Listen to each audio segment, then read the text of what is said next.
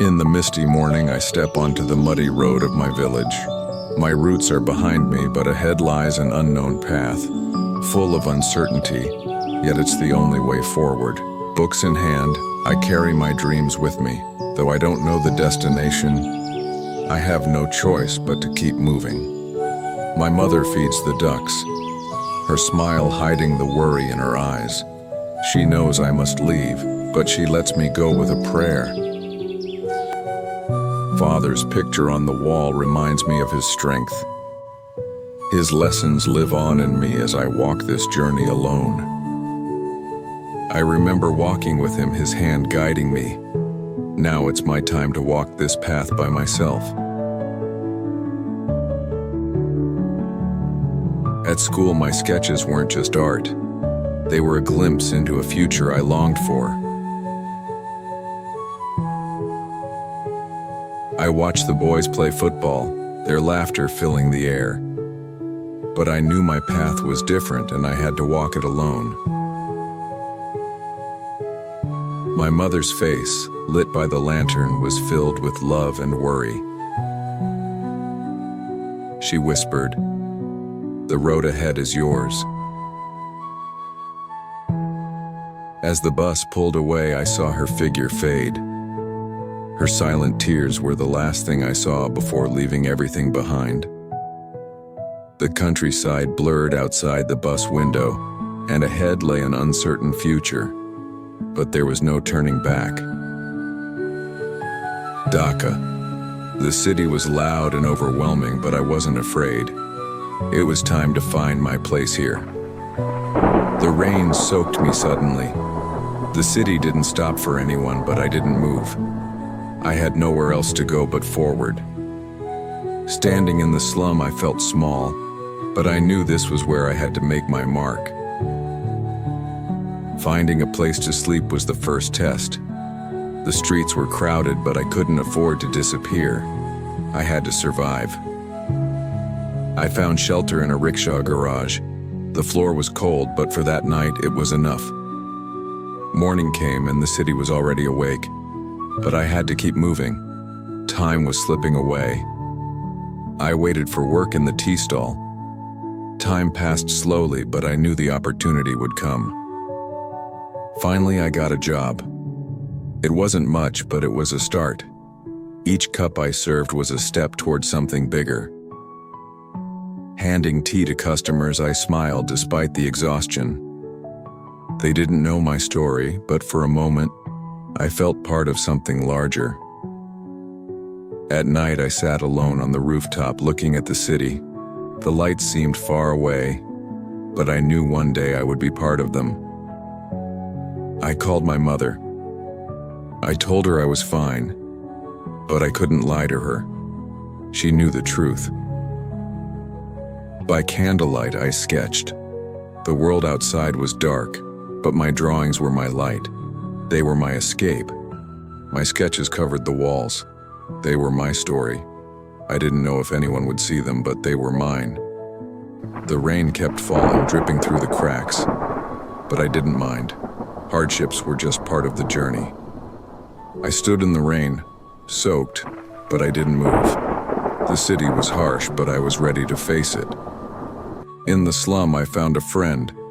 We didn't need words. We understood each other's struggles. My friend showed me a YouTube tutorial. It was a chance to learn, to grow, and to create. I spent hours at the internet cafe learning everything I could. The screen became my window to a world I could now belong to. I downloaded the app. It was a small step, but it felt like the first real step toward my future. The garment factory was hard work, but it paid. Each hour spent there was a step closer to my dreams. At night, I sketched. The room was quiet, but my mind was alive. Every pencil stroke brought me closer to the future I envisioned. On my breaks, I wrote in my notebook. These weren't just random thoughts, but pieces of my future taking shape. I showed my friend my sketches. His smile gave me the confidence I needed to keep going. In that moment, I knew I wasn't just drawing. I was creating my path forward. I posted my first poster. It wasn't much, but it was mine. No longer waiting for a chance, I was carving my own path in the city. My first payment came, 200 taka. It wasn't a lot, but it was everything. It proved I could make this work, that my dreams weren't just dreams anymore. I ran home, heart racing. It wasn't just about the money. It was proof that I was moving forward, building something real. I called my mother, excitement in my voice. "I did it, Ma," I said. For the first time, I wasn't just surviving. I was creating my future. Sitting by the window, watching the city lights, I felt peace. I had come so far, and though the journey was far from over, I knew I was finally on the right path. I began posting my art online. At first, it felt like a small step, but it was a breakthrough. Every click, every like was a sign I was finally being seen, that my dreams were starting to come true. The response was overwhelming. My work started getting shared and commented on by people I didn't even know. I realized my art wasn't just mine anymore. It had become something others could connect with. Then came the email. A design firm saw my work and wanted to hire me. I couldn't believe it. It was the opportunity I had only dreamed of, an opportunity to show my skills to the world. I joined the firm, and for the first time, I felt like I was on the path I had set for myself. It wasn't easy, but it was exactly what I had worked for. I was no longer just surviving. I was building a career. Sitting in front of my father's photo, I felt his presence. His lessons stayed with me. "Keep going," he would say. I opened my childhood sketchbook, filled with simple dreams. Looking at them, I realized those dreams had never faded. They had grown into the reality I was now creating. I sent money to my mother.